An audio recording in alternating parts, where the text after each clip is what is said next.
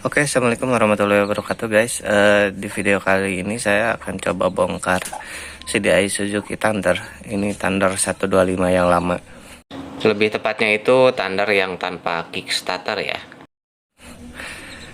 Di sini kelihatannya ada 8 pin ya untuk soketnya, tapi untuk di kenyataannya itu cuman ada 4 pin yang terpakai ya. Pin 4 sebelah sini, pin 5, 6, 7. Jadi pin 1, 2, 3 itu kosong, pin 8 juga kosong. Ini saya tadinya mau langsung ganti aja pakai motor lain untuk CDI-nya karena memang susah dan lumayan mahal juga. Nah, tapi karena kebetulan yang punyanya belum respon, saya akan coba bongkar, barangkali memang bisa saya coba perbaiki ya. Oke, simak terus videonya. Oke guys, jadi disclaimer dulu ya untuk video kali ini. Jadi ini tuh hanya sebagai sharing aja ya atas pengalaman saya saat memperbaiki CDI Thunder 125 ini. Jadi yang perlu saya tekankan di sini, jikalau teman-teman punya CDI yang rusak, itu belum tentu komponen yang rusaknya pada CDI motor teman-teman itu sama dengan komponen yang ada pada CDI Thunder ini, seperti itu ya. Jadi teman-teman jangan telan bulat-bulat tutorial ini atau penjelasan pengalaman saya ini. Jadi cukup disimak dan jadikan salah satu pelajaran aja, oke? Ya oke teman-teman, jadi sebelum kita menjudge bahwasanya CDI khususnya motor Thunder itu rusak, kita harus tahu dulu cara untuk memastikan bahwa CDI itu rusak ya teman-teman. Tapi sebelumnya kita akan loncat ke cara kerja coil. Kenapa kita loncat dulu ke cara kerja coil? Karena pada dasarnya coil ataupun CDI pada motor Thunder itu berbeda ya. Di sini ada 2 buah coil sama-sama menuju busi ya. Ini outputnya. Ini tuh panah itu kabel coil yang menuju ke busi. Hanya saja ada perbedaan lokasi. Ini ada semacam kontaktor ya. Ini kontaktor, ini juga kontaktor. Kontaktor di sini sebenarnya bukan kunci kontak ya, tapi lebih kepada CDI. Oke, saya akan coba jelaskan dulu yang di sebelah sini.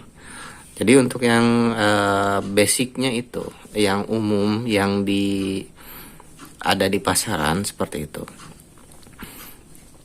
Coil itu kurang lebih skemanya seperti ini ya, yang banyak di pasaran, kayak seperti misalkan motor Supra, motor Yamaha, bebek-bebek lainnya seperti itu umumnya menggunakan topologi yang seperti ini, seperti itu.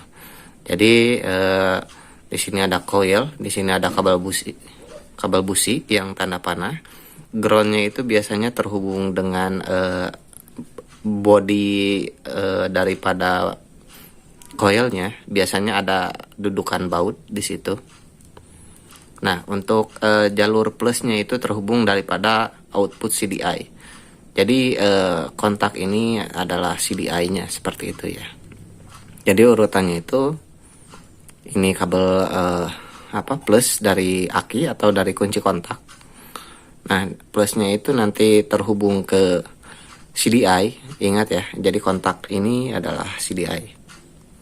Kontak ini adalah CDI. Nah, nanti dari output CDI ini baru masuk ke coil. Jadi biasanya kalau misalkan nanti teman-teman dicabut soket yang menuju coilnya ini, biasanya itu kalau diselah atau ditekan starter, dia akan memercikan api. Kenapa? Karena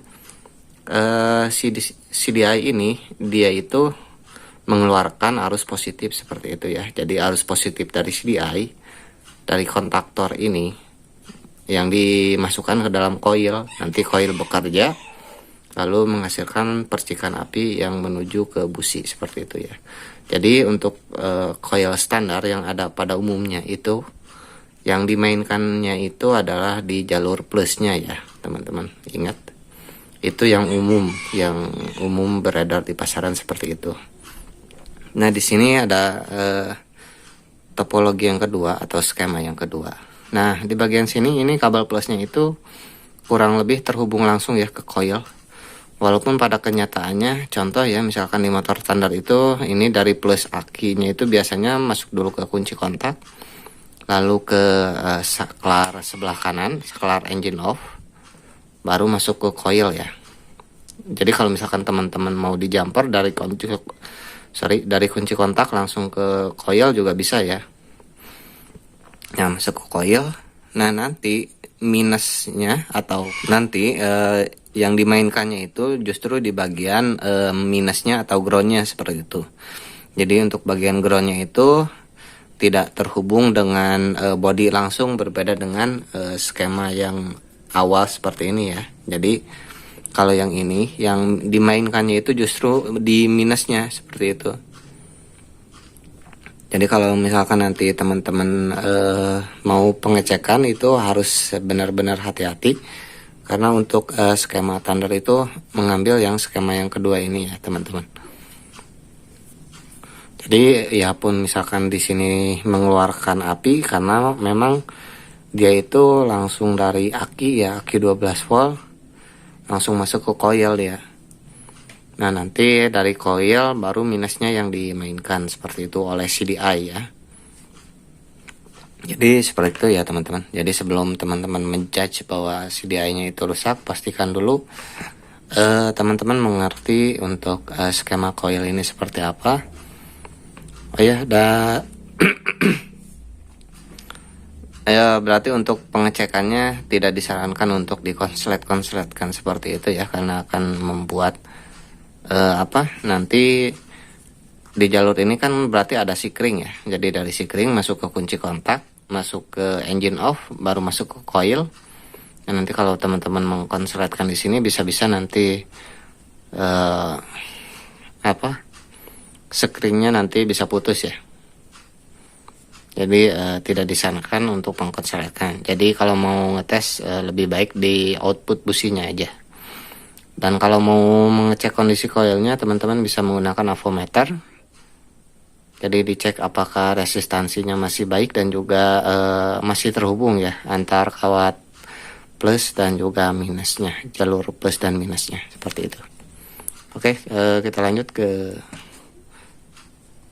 video berikutnya. Untuk CDI-nya udah saya coba cek ya, dan coba saya ganti beberapa IC. Di sini sudah saya pasang. Ini ada sebuah MOSFET. Untuk MOSFET-nya saya menggunakan IRF 740 sebelah sini. Dan yang di sebelah sini ini adalah sebuah IC regulator 5 volt. Saya menggunakan IC LM 7805. Jadi sebelah sini IC regulator, sebelah sini MOSFET ya, MOSFET yang N channel. Untuk spesifikasi MOSFET dan juga IC regulator LM7805-nya saya sertakan di sebelah sini ya. Dan untuk IC yang sebelumnya yang bawaannya, ini ada MOSFET-nya.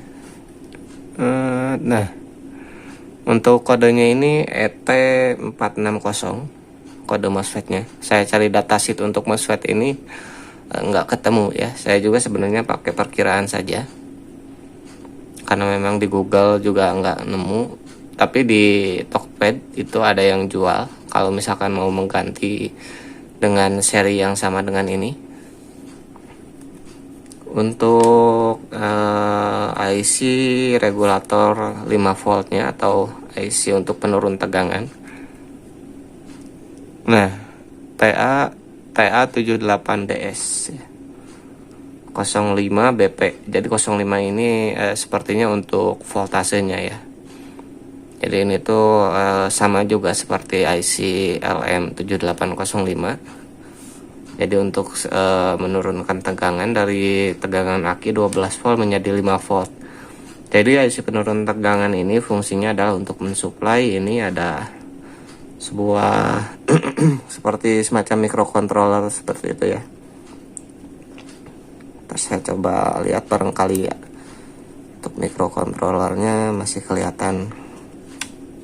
Oke teman-teman, ini mungkin agak susah terlihat ya untuk tulisan di mikrokontrolernya. Biar agar saya nanti akan saya sebutkan saja.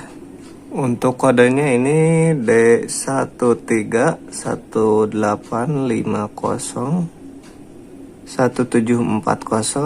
SC 529 sekian sekian. Panjang sekali ya. Ini ada yang abjadnya J8 4G sekian. Memang untuk biasanya sih yang rusak itu kalau nggak IC regulatornya, biasanya transistor atau MOSFET finalnya ya. Biasanya antara dua komponen ini saja. Dan untuk video pengetesannya seperti ini ya. Nanti setelah ini saya akan tunjukkan. Hurung jika nama ya, tinggali abal busina.